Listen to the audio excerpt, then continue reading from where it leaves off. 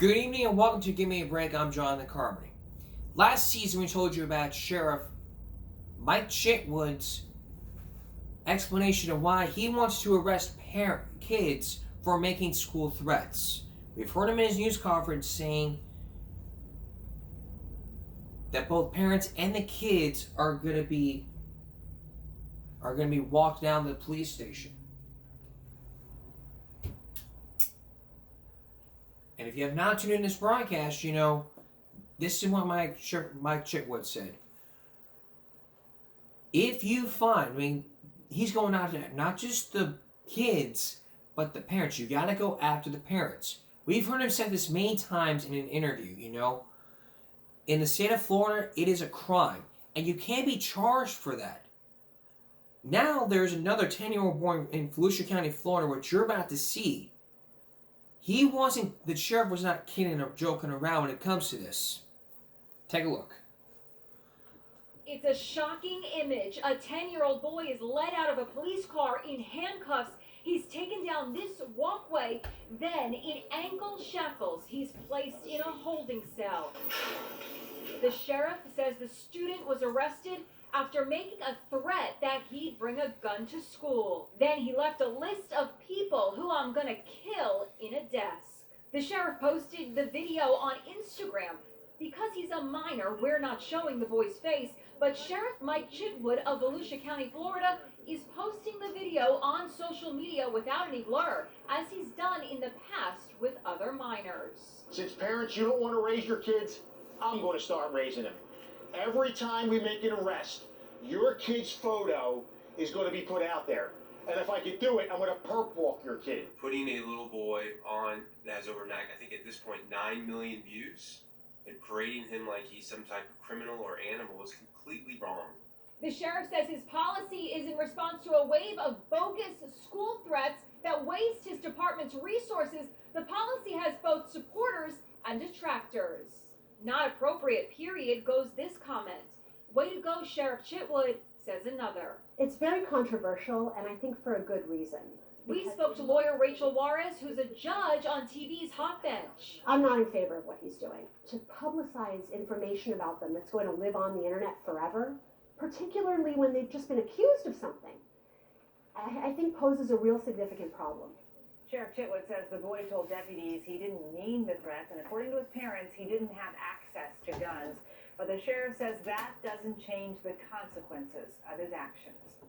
It's not a joke. You may say that, oh, it wasn't a joke. It was a joke. We talked about school threats last year when the fucking Oxford shooting happened. Remember the Oxford shooting back in 2021? Yeah, we're going to get to why parents should be put to blame from a 60-minute story in just a few minutes. But the thing is, parents, you need to tell your kid, talk to your kids about this, why it's dangerous. Don't be doing shit they do on social media. That's why people, it's like when you go on iTunes, like you go on Amazon, and you see something you want to buy, wow, that looks cool, I want to buy that. Oh wow, this person made a school threat, I'm going to do the same, I hope I won't get caught. You're wrong, buddy. You're going to get caught, you're going to jail. It's no joke. If you see something, do something. And in the state of Texas, they take it very seriously. The state of Florida is already Georgia's already doing that, and the state of Florida is already doing that as well. And, people think it's funny.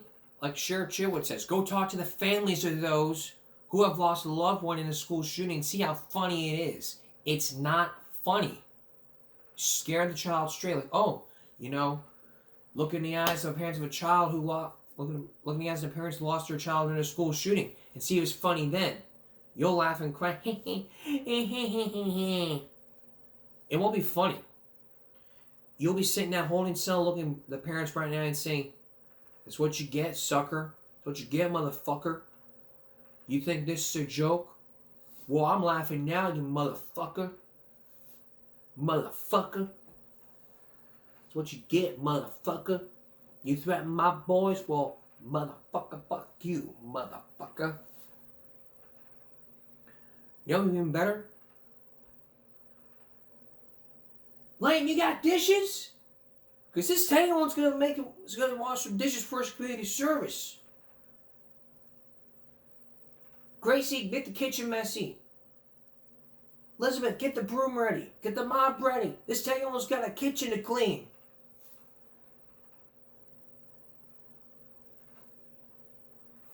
I don't care. You know, it's to teach kids a lesson. I don't care. Like, you know, I'm with Chitwood on this. You know, you gotta go after the parents when it comes to shit like this, you know?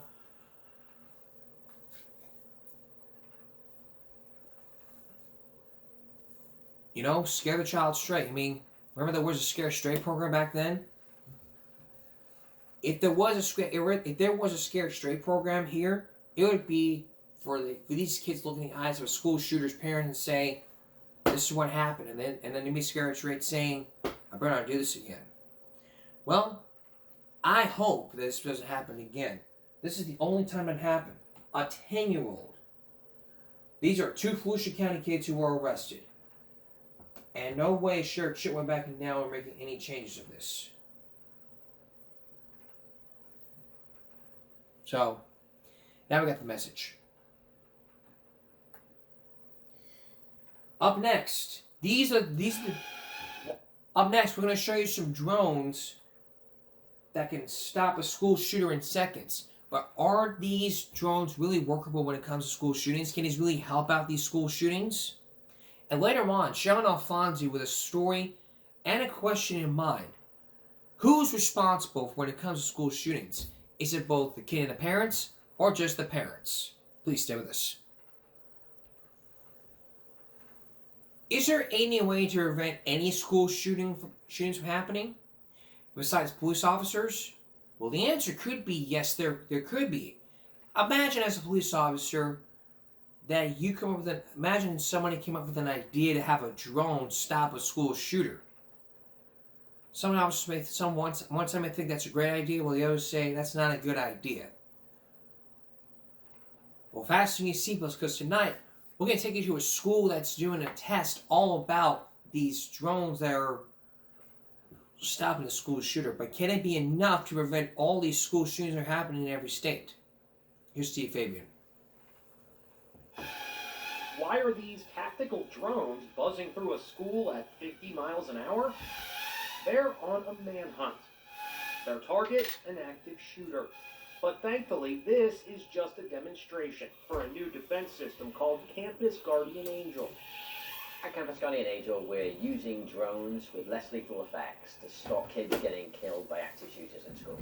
The drones are stored at schools inside these storage containers. If an alarm is tripped, the drones are released. Each drone is armed with non-lethal pepper ball rounds. And they even have the ability to ram their target. It's really like having that elite SWAT or SEAL team in the parking lot ready to go. You hope you never need it, but if you do, it's there and it's there immediately.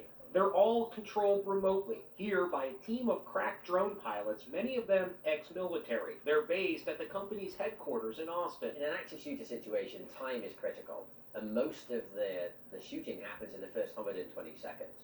So the challenge was, how do you get something that's elite but also instantaneous, and you can put it everywhere? Grieving parents like Max Schachter say this new technology might have saved his son Alex, who was killed in the 2018 Parkland High School shooting that took 17 innocent lives in Florida. If the school had the drones in the hallway, they could have taken the murderer out in just a matter of seconds and saved a lot of lives. 3 school districts in Florida have the drones, but there are plans to have them installed at schools across the country. Only 3 in the state of Florida? Well, Florida is taking a book. Well, they got all the other states. He's taking all the other 49 states need to take a page out of their book and say, let's get these drones. And schools are saying, yeah, that's a good idea. And other schools are like, yeah, but no, we have resource officers, we have police officers, we don't need any drones. This could help prevent more school shootings, you know? Someone sees an active shooter on site, bam. Pepper bullets, down on the ground. Ram the target, bam. If those drones still existed, it might have helped out those kids in Uvalde. Or that drone was still existed in 2021, it would have helped out the kids in Oxford, Michigan.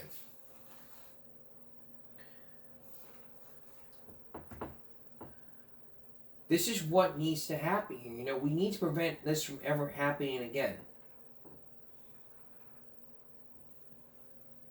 And even if it didn't happen again, we wouldn't even be here discussing this on this broadcast. What? What do we? Alright. Imagine this. You are a wife. Imagine this as a wife. Your husband, imagine you as a wife or a family in Florida. Your mother and your estranged husband has stalked you for months.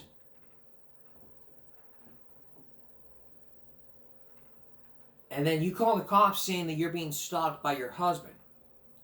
Now imagine that the cops didn't do anything to prevent this from happening again. Tonight, you're going to meet this mother who says it happened. This mother says her husband stalked her. And when worse things happened, the cops didn't do anything about it. Now she was stalked to death. As we're about to show you, nothing could have been done to prevent this. Take a look. Husband, before he gunned her down. Was this young mother stalked to death? Hi, my name is Mary Jingles. That's Mary Jingles alongside her husband Nathan, and that's Mary running for her life. And cops say he's chasing her down. And look, that's their 4-year-old daughter following behind, her little feet leaving a trail of footprints. I'm afraid for my safety. Mary fled into this neighbor's home. Moments later, cops say Nathan broke in and gunned her down, along with the neighbor, Andrew Farron. Cops say Nathan came in through the door here, firing 10 rounds this direction, 7 into Mary and 3 into Andrew. You can see the bullet holes here. Andrew was a beautiful soul, a beautiful spirit. He was the light of the family.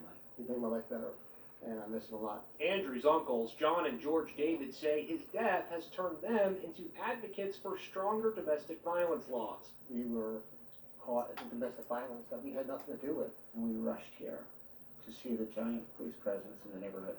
This has been something out of a horrible nightmare. Also killed in the slaughter, Mary's father, who her family says moved in with Mary to protect her from her husband. I am so angry, and I try so hard not to be. Mary's cousin, Brianna Goulas, says the 3 deaths could have been prevented. The police department completely and utterly failed. She says Mary reported Nathan to police 14 times. I genuinely think he has an intent and a plan to harm me. He has told me, if you ever leave me, I will kill you. Mary told cops she found this GPS tracker on her car. In the back of the car. She also called 911 saying she believed Nathan left this suspicious backpack in her garage. Found this backpack full of crazy stuff. Inside the backpack, duct tape, white gloves, and other scary items. But it looked like, I don't know, like a home kill kit. But her family says Nathan, an IT technician, was never questioned about the backpack or the GPS tracker. Instead, they say all Mary could do was keep filing for restraining orders. Nathan sounded as if he had heard it all before when he was served. Again, with the restraining order, say there's the last restraining order. He'll get contact, computer, something like that. Okay, yeah. So you already know. Cops later confiscated an arsenal of the Army veterans' weapons, but Mary's family says police returned them just months before her death. Following the murders of Mary, her father, and the neighbor, the sheriff admitted they let everyone down. I had a chance to speak to the family members yesterday and make sure that they were aware that we were responsible. In this press conference, Sheriff Gregory Toney pointed some of the blame at former Sergeant Travis Allen, the most senior officer on the scene, and later terminated him for not acting swiftly. He was absolutely a coward. Any other way to put it. Sergeant Allen says that accusation was a gut punch and is not true. Can you explain what was going on there? Basically, that's a lie. Allen says he never told deputies who arrived before him to wait. I called out for K9, I called out for air support. They should have responded to the house as they were as we train to do. At one point, after he got to the scene, a man and child walked past his patrol car, but Allen says he didn't recognize them as Nathan and his daughter. You have no idea who they were? I had no idea who he was. But by then, he says he didn't know Mary was already dead. I didn't hear anybody screaming. Only thing I was waiting for any updates coming in from dispatch. Allen says he led the best way he could with the limited information he was given by dispatch. I wouldn't have done anything different as far as that, because my job was to pretty much lead this team the best way I can, allocate those resources, and get to on scene and basically make sure things are done by the deputies, not do their job for them.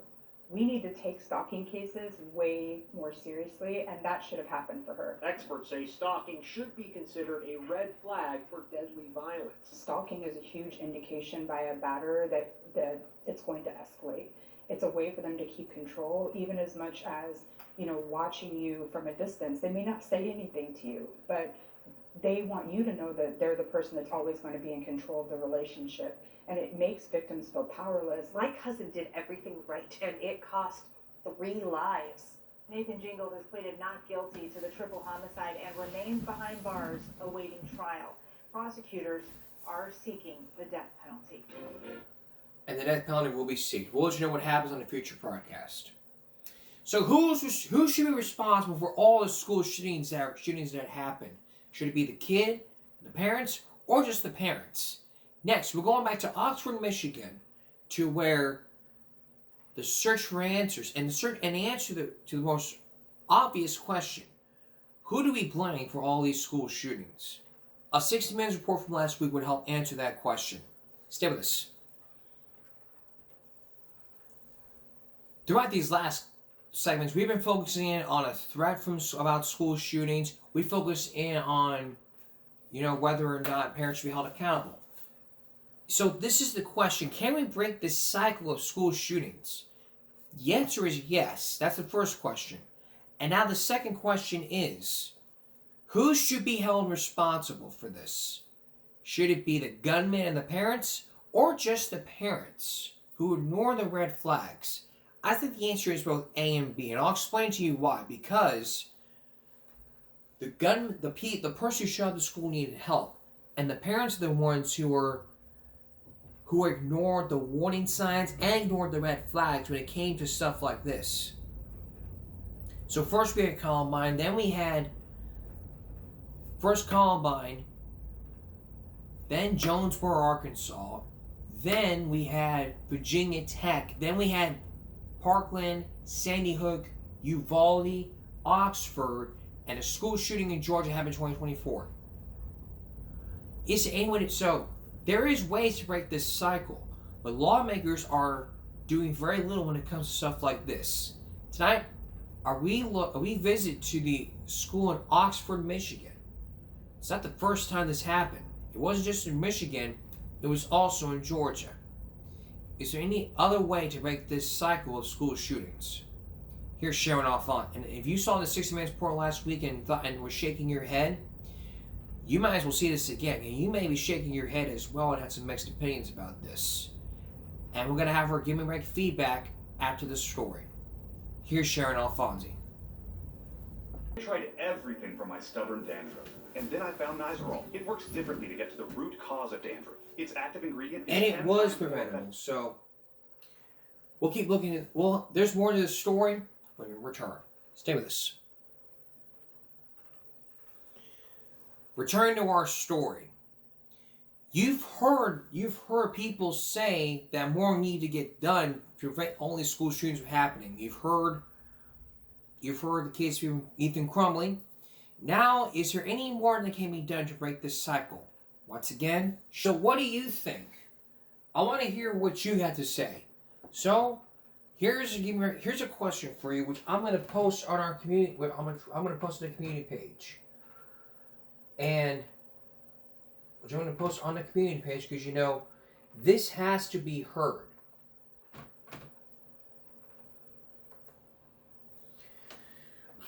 Because there's a lot of people out there that mixed opinions about this.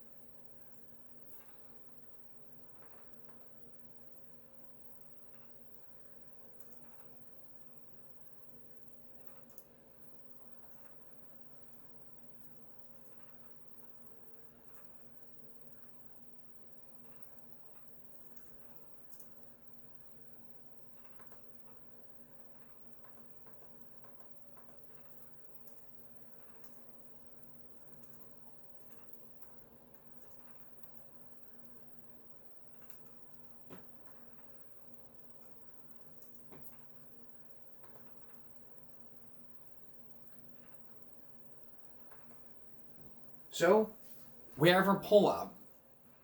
So the question for the Give Me a Break poll is: should parents be held accountable when it comes to school shootings? I also want your feedback on this. You can post your comment section, or you can post in the comment section, and we're gonna have your results soon on our next Give Me a Break.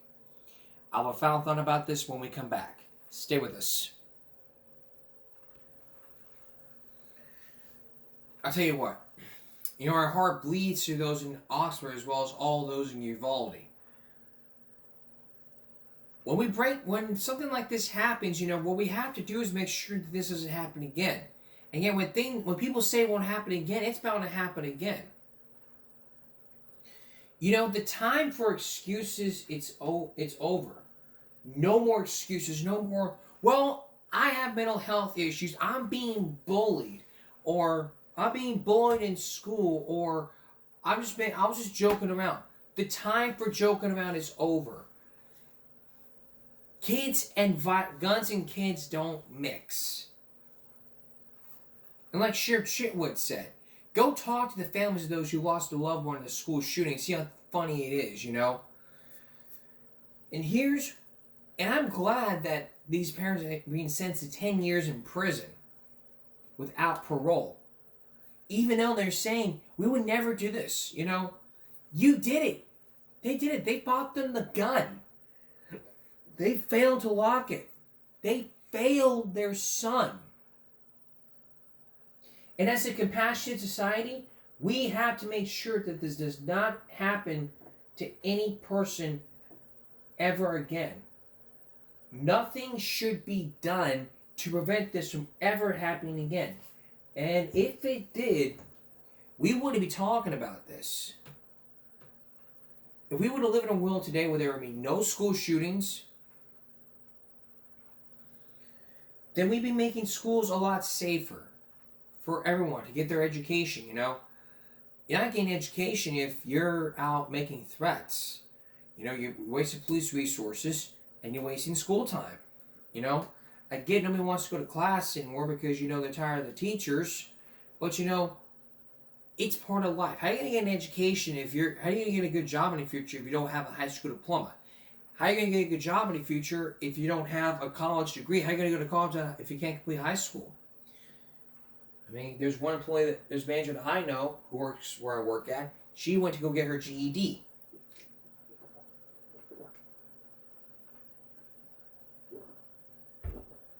There's another person I knew who got her degree, who got her diploma online, which is not the same as a GED.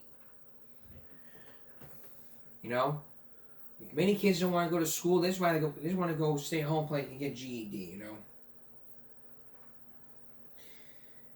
Here's what needs to happen here. We need to we need to have simple laws to where parents don't ignore the red flags. They help out their children, and they make sure that they lock the guns.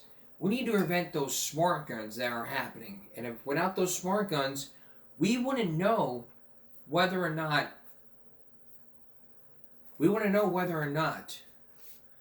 there would be who would touch the gun and use the gun. It would only be the owner of the gun, the person who owns the gun, who can touch the gun and shoot the gun. But people can't bypass it. It'll probably be a waste of time.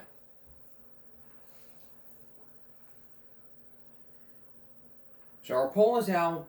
I want to know what you think about... So this poll is out. I want to know what you think. And on next week's broadcast, we're going to have your results. And come up on it. I was going to do this last Saturday, but something else happened. So come up on a very special Give Me a Break. We're going to do something very special. We're going to do a Give Me a Break special about the timeline. We're going to call it the Give Me a Break timeline. We look back at all the events that are happening certain days. Like each segment will do a Give Me a Break timeline to where it'd be the first week, second week, third week of each month. Just like the Dateline timeline. Because I like to have some fun with the show. And on a very special Give Me a Break timeline, we're going to look back at Barney the dinosaur. If you don't remember Barney the dinosaur, he was the purple dinosaur who encourage everybody to use their imaginations. But now one YouTuber knows and has compiled the whole Barney timeline. We're gonna give you that timeline and hear what he has to say coming up on a special Give Break Saturday. So with this in mind, that's all for this edition of Give Break Friday going into Saturday. We'll see you again for a very special Give Me a Break Saturday.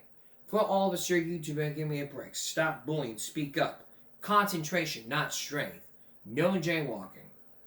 Now and always, I'm here for you. Take care of yourself and each other. Good night.